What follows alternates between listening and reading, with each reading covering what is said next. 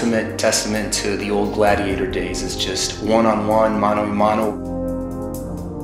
Two fighters that are going to clash, trying to accomplish the same goal.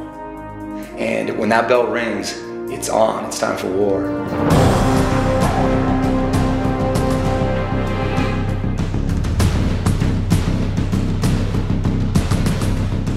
It finds the truest form of who the best fighter in the world is. Combines all forms of combat discipline, whether it's boxing, jiu-jitsu, kickboxing, Muay Thai.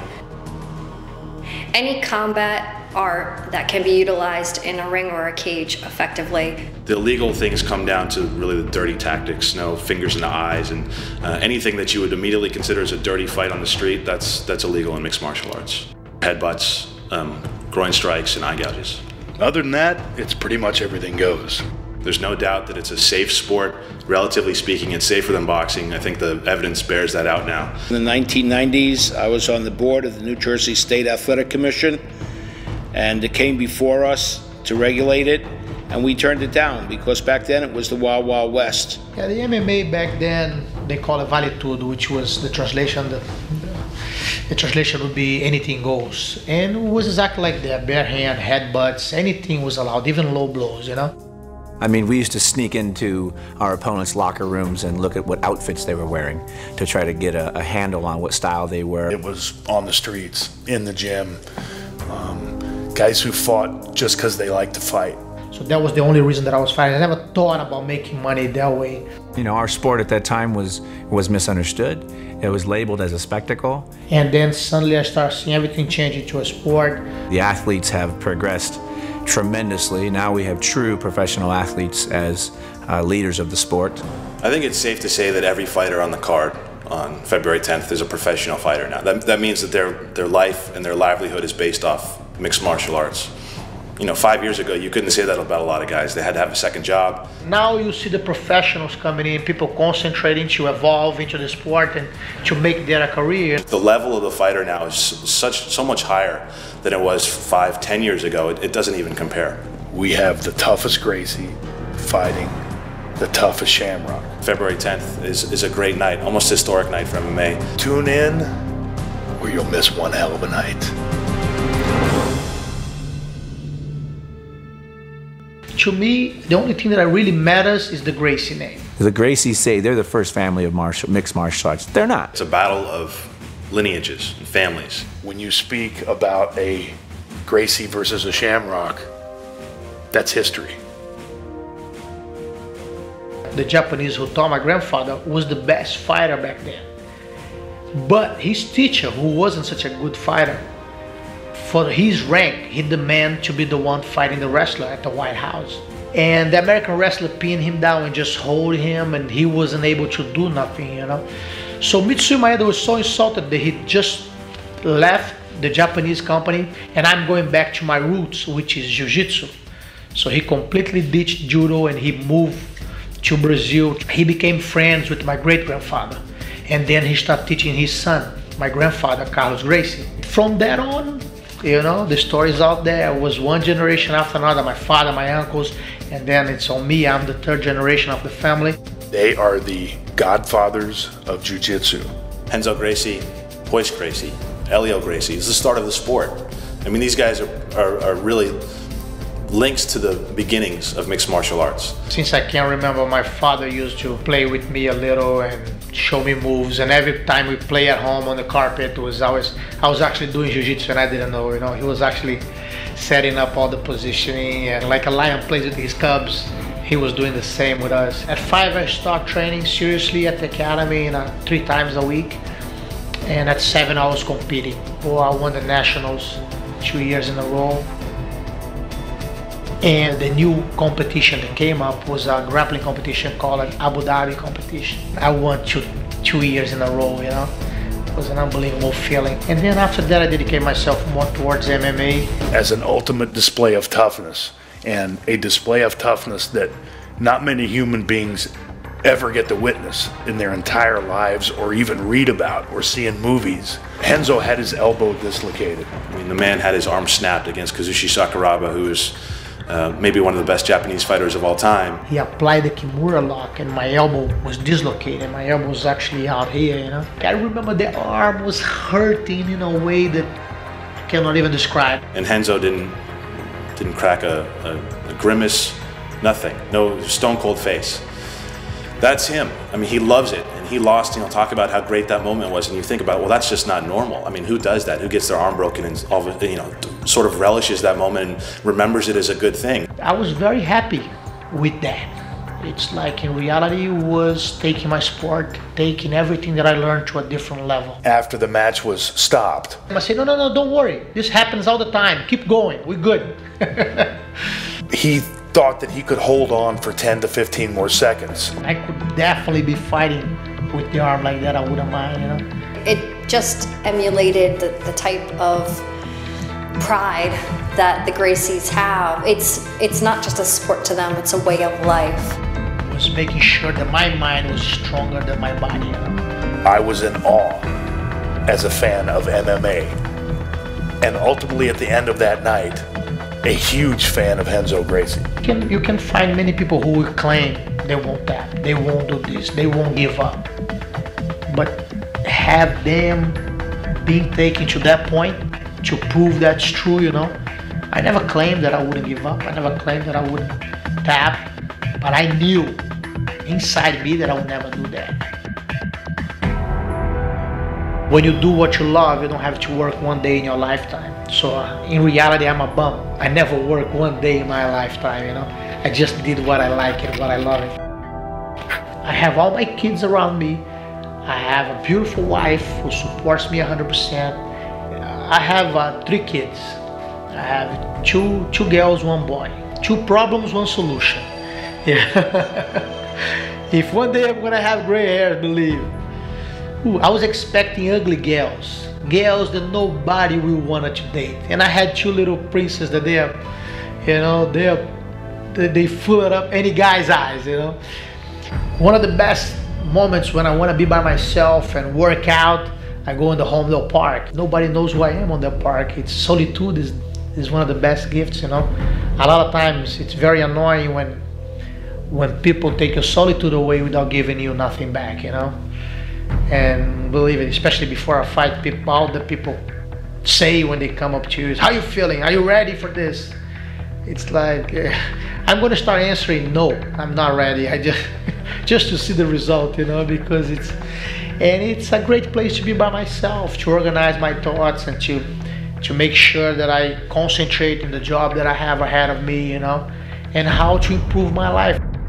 Renzo is a little bit non-traditional in a Gracie sense in that he is pretty efficient on his feet. He's pretty deadly on his feet. I box, I wrestle, I do the whole 9 yards. The sport is evolving. You have to learn everything. It doesn't matter what kind of a style you know, what kind of martial arts you do. If you don't train jiu-jitsu, if you don't know the submissions, you don't know how to skate, you're gonna tap. Each family believes their form is far superior to the other form. A lot of my system is based on gross motor skill, movement, balance, and control. Those are some of the basic theories of submission fighting. I believe that your body is the ultimate weapon, and that's why I train gymnastics, and that's why I use the ball. The basis of submission wrestling is balancing on your opponent, and balance and control on the ball allow me to move like water from any position, attack from any angle. When push comes to shove, and when you think you're gonna die, that's where I shine, because that's where I've lived most of my life. My father left when I was 2 or 3. I never had a relationship with him. I never knew him. When I was 5 or 6 years old, I got a new dad, and that was a Joe. You get in trouble, you lock you in the closet and leave you there for a couple hours. Man, I acted out bad. You know, I became violent. I would steal. You know, I started drinking, doing drugs, sniffing gasoline, and I was doing anything I could to get out of that, you know, world. When I was 11 years old, I ended up throwing rocks at a train. And who knew that throwing rocks at a train is a felony? And I was promptly arrested and sent to juvenile hall. And I said, I don't want to go home. And I went from foster home to group home. And that went on for a couple years until I met Bob Shamrock. He was the first guy to step up and be a real father to me. And he's like, look, son, you can live here, but it's not a free ride. You got to get a job. I was like, what am I gonna do? You know, I don't have any real skills or anything. And he said, go down and try that wrestling thing your brother's doing. I mean, from the get-go, Ken did not like me. My brother worked me to death and then beat the crap out of me for 20 minutes. And that was my first day of martial arts. Frank came right on his heels and actually was the more polished fighter in a lot of people's eyes and was the quintessential modern mixed martial artist coming in. One of the big reasons why I was so successful is the people I cared the most about in the world, my father and my brother, they told me at one point that I was never going to be a world champion, that I didn't have what it takes. And they didn't believe in me, so I had to leave to prove to myself and to them that I could do it. I am the 5-time undefeated UFC champion as a middleweight, and I'm also the World Extreme Cage Fighting Light Heavyweight champion, of which I never lost the title. I beat everybody in the world, and I sat on top of a mountain full of belts with no money. And it didn't bring me any happiness. I wasn't any better off than when I started, than when I retired. He felt that the sport was not ready for him. He did some unbelievable fights, and then suddenly he retired at 23 or 24, something like that. At 23, I was removing my diapers. Now is the time to come back and shine. I'm just glad that he didn't wait that I get a little older even before we fight, you know. I think this is a good moment, and I'm really grateful that he decided to embrace this fight and take this fight and embrace the idea of us measuring ourselves against each other. Renzo Gracie has always talked about the moment of the fight, the test of himself, the test of the opponent. It's almost a celebratory moment. Brazilian tradition, jiu-jitsu tradition versus American submission wrestling. You know, they were the style to beat. They were the family to beat. And, you know, when Ken went in and fought him in UFC 1, he had no respect for him. And Gracie tapped him like that. I mean, less than a minute. You know, Gracie put him under. And Ken was my idol. I mean, he was my mentor. He was my brother. He was my idol. And to see him manipulated like that and beaten so easily, you know, my goal has always been to get that back. From the first time the family met till February 10th, there's always been animosity between the two. I'll fight all the Gracies. Believe it, you better put your fists up. As far as I'm concerned, they're just a name, they're a brand. You know, their day is done. You need a beating? I'm walking at you and giving that. First thing I'm gonna do is I'm gonna look into his soul.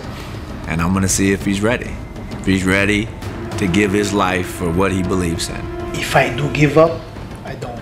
I'm willing to take this to a different level where people never been. I already knocked out one Gracie, and now I'm gonna knock out another. Anywhere, anytime. You're not ready to fight. So it's up to him. If he wants to assault me and even spit on my face, it's, you know, don't be on the bad end. And when I fight a Gracie, I want nothing more to punch him in the head. If I got his arm, I'm gonna squeeze like it's the last thing I had. Hey, it's just like the movie. Good night, Gracie. Can I grab his neck or choke the Jesus out of him? And may the best family win.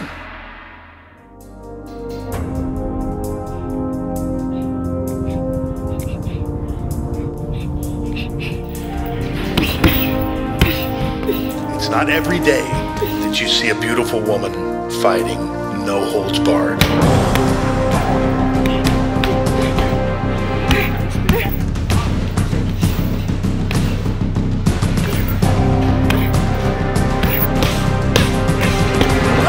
She is one tough girl.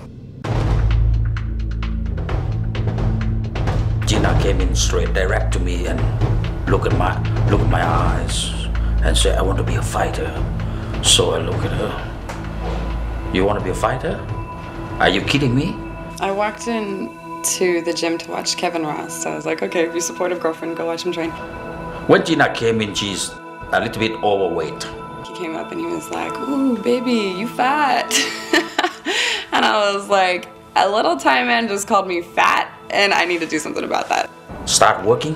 The more she training, the more I see in her eyes that she a next world champion in no time. Then 4 months later, I was fighting. I know that pretty much she could hold her own, but I just didn't know how much. It's like the first fight, I was like praying like, oh, that she wouldn't get hurt. But about 30 seconds into her first fight, I thought, oh my goodness. I started praying for the other girl that she wouldn't get hurt. Just getting in there in front of all the people and facing a fear and feeling the adrenaline rush from it.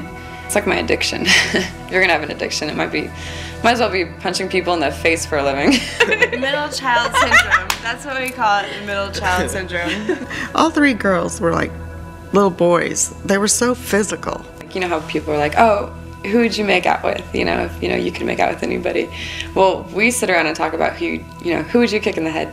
So when they used to fight, I'd get tired of it. I'd just take them both outside and take them out in the front yard or the backyard and close the door and say, how about it? Just beat each other up. If that's what you want to do, just beat each other up. She fought guys in high school. Like she's tough. I think I'm gonna be pretty dangerous. I fight guys in the gym, so I know what it's like to get hit hard. I don't back down. We train together a lot, every day. We dated for a while, well, 3 years. Sparring with a girlfriend is a lot of fun. Sometimes it's nice to be able to punch your girlfriend. My dad is so funny. He's like, hey, I want to go a couple rounds with you, Gina. I want to see what you got. I'm like, no. I think women should be able to fight mixed martial arts, just like men should be able to fight mixed martial arts. There's no doubt that there are quality competitors out there. And if you know what you're doing and you know not enough where you're not going to get hurt, it goes for men or women, doesn't matter. You deserve to fight. I think there'll always be female fighters, and they will continue to evolve just like the men. I think people look at her and don't think she's a fighter because of her perfect face, and that kind of goes to her advantage because then they think she's not as good and then she just kicks their butts. I've been seriously laughed at to the point where they just looking you up and down psh, and laughing at you in front of crowds, and I just stood there, and that is probably the worst idea to do with me, I realized, because I've never punched somebody so hard in my life. In the end though, she's got to win and she's got to look good. If she doesn't win her fights, it doesn't matter how good she looks. And if she doesn't win her fight, she's probably not going to look good for that long. I got took an elbow to the cheek right here, and my whole eye just exploded up, and I was just like, damn, this is not sexy. It's hard. It's hard watching anybody, fight. I do worry a lot. It's like my daughter. It's like my baby. Sometimes I can't even look at her. I go meditation. He's very protective. Like joining his gym is like joining a family. One thing that Gina does bring to the table is a 12-1 Muay Thai record, which, man or woman, is a pretty impressive feat. If you see her fight, you're gonna love him. She have it all. She can knock people out with the right hand. She can knock people out with the left hand. She can kick, she can knee, she can elbow. You name it. Gina can do it all. If I am mentally focused, physically focused, and spiritually focused, nobody can beat me. Her opponent is in for a very wild and painful evening. Gosh, it's gonna be insane.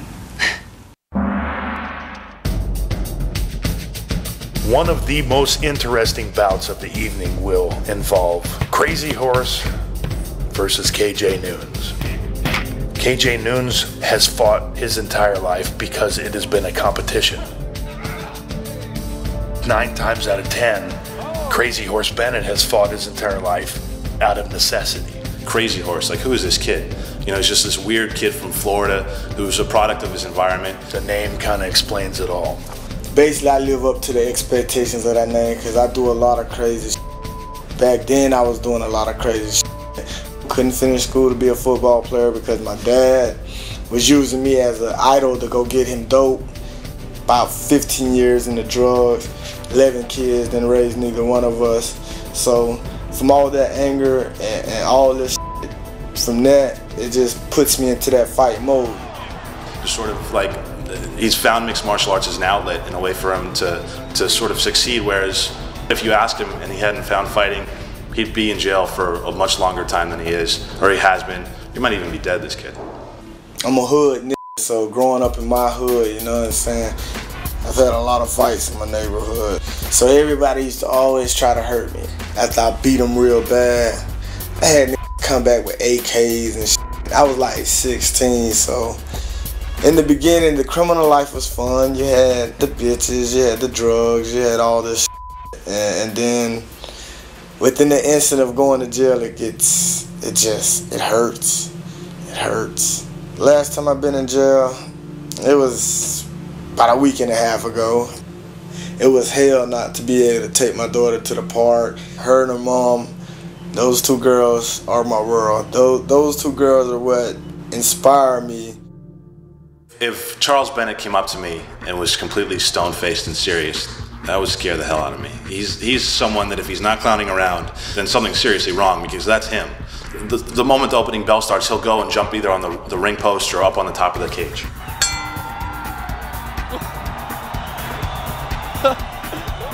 Charles Crazy Horse Bennett jumping on the cage. Not sure what he was going to do. I think he was going to attempt some kind of kickoff move. Look at the hand speed of these two going at it, and it is over. A knockout by Charles Crazy Horse Bennett. Some crazy ass fights I have, you know. And a backflip off the top of the cage. I don't know how he did it, but that was some Superman shit. The shit that I do, it's crazy, but it's not out to hurt anyone or offend anyone unless you want to be offended. With shirk authority, that he won't listen to the referees. I'm laughing, I'm joking, I'm playing. You know, most fighters, they're in the locker room, they're warming up and they're looking all, you know, ugly and shit. And I'm warming up and I'm warming up with a smile. He wants to put on a good show. I don't know that there's a more entertaining fighter in the world. I love fighting. It beats selling dope. It beats prostituting. No, I'm just playing, y'all. It's definitely an interesting contrast of characters coming in. All that crazy stuff he does and him being an unorthodox fighter doesn't really worry me. I just hope I don't start cracking up in the ring, you know? It's like, geez, let's get down to business, you know? When you talk about KJ Noons, you talk about a guy who was pretty much bred to be a fighter. Being an ex-professional kickboxer myself, I started KJ when he was 5 years old, wanted him to follow in my footsteps. It just, you know, fighting just runs in the blood, you know, it runs in the family. You just knew he had it in him, loved to hit, and didn't mind being hit. You know, doing karate was a little bit too soft for me. You know, I wanted that full contact, so that's when I got into boxing. Full contact boxing as a kid, full contact kickboxing, and then full contact Muay Thai.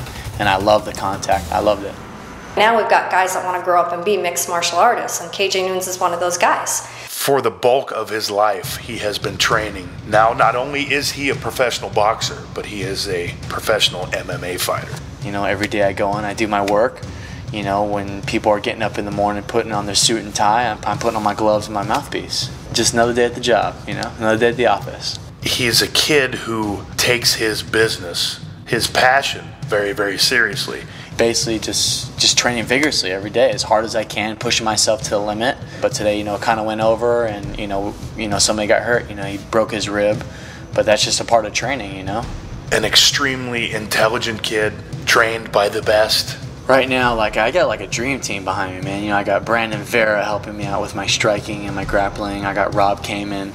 Me and KJ train together every day here at City Boxing. We train at the beach, we train on the trails. Whether it be on the ground, whether it be on his feet, whether it be with his fists, with his elbows, with his knees, or his shins, he will be prepared. Charles is going to be a little bit crazier and wilder and unpredictable. If in any way Crazy Horse is artistic, it's when he's in the ring, because he just sort of improvises all this stuff. And the interesting thing about him is his cardio and his training, really, it's not there. I mean, this is a guy who just, you know, trains on the basketball court. You know, he'll play a pickup game to get himself in shape. He will step into a ring knowing that he's not prepared. He doesn't care. He's there to fight. I'll be in top notch to try some Jet Li. He's won fights against really top quality opposition completely unprepared.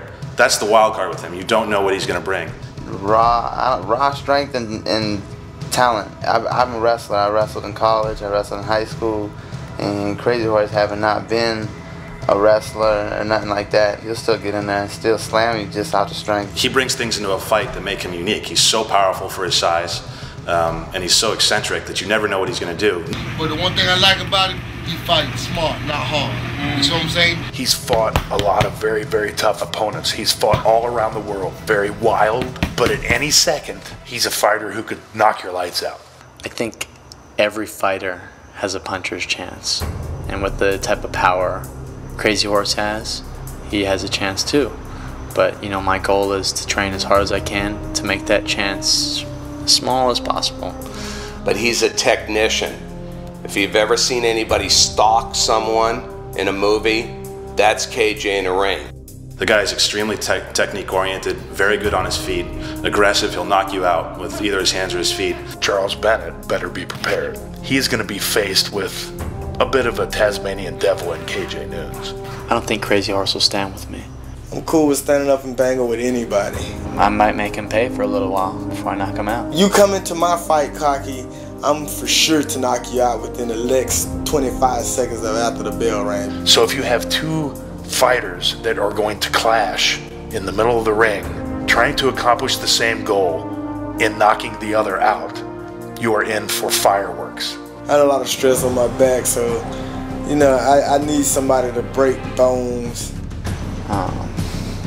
God, man, I know I really shouldn't be thinking about Crazy all the time, but man, I'm thinking about you every night before I lay in bed. I want to crack you bad, man. All the nights I can't get sleep. I'm a bad motherfucker. No matter what, no matter when I end it, it's gonna be the most exciting fight of the night. You can guarantee you're gonna get your money's worth when you see Crazy Horse fight. I really want to get in there and just rip somebody's head off. I can whoop a bitch ass and not go to jail for it, and you gonna pay me? When they meet in that cage, someone's gonna get knocked the out.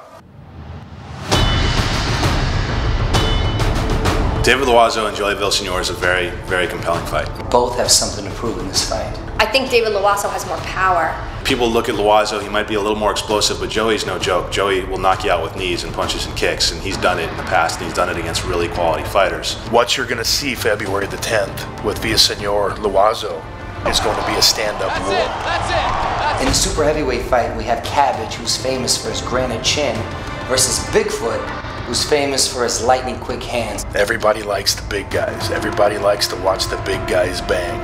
Cabbage Carrera, one who can take a ton of punishment and give it back, you know, that really captures fans in the arena. There's no doubt that he's been a part of some wars that a lot of people couldn't have weathered. Antonio Silva comes from that Brazilian jiu-jitsu hard-nosed background. Antonio Silva is someone that you need to see in person to realize how big he is. 6'3", 6'4", 300 pounds, and who has a lot of athleticism. He's a scary man in the ring.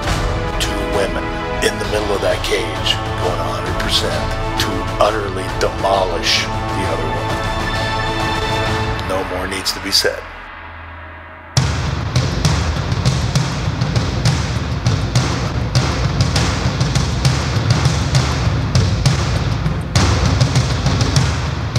Shamrock versus Gracie, February the 10th. When those two combatants meet in that cage, it's going to be nothing but the 4th of July. Obviously, that's a recipe for a good crowd pleaser. This is going to be a great night of fights. There's no doubt that these fighters are world class. I mean, these guys are the real deal. They have a lot to fight for personally, but they have even more to fight for as a family. Saturday night, February the 10th, these two titans will clash. And if you can't see it in person, you can see it on Showtime.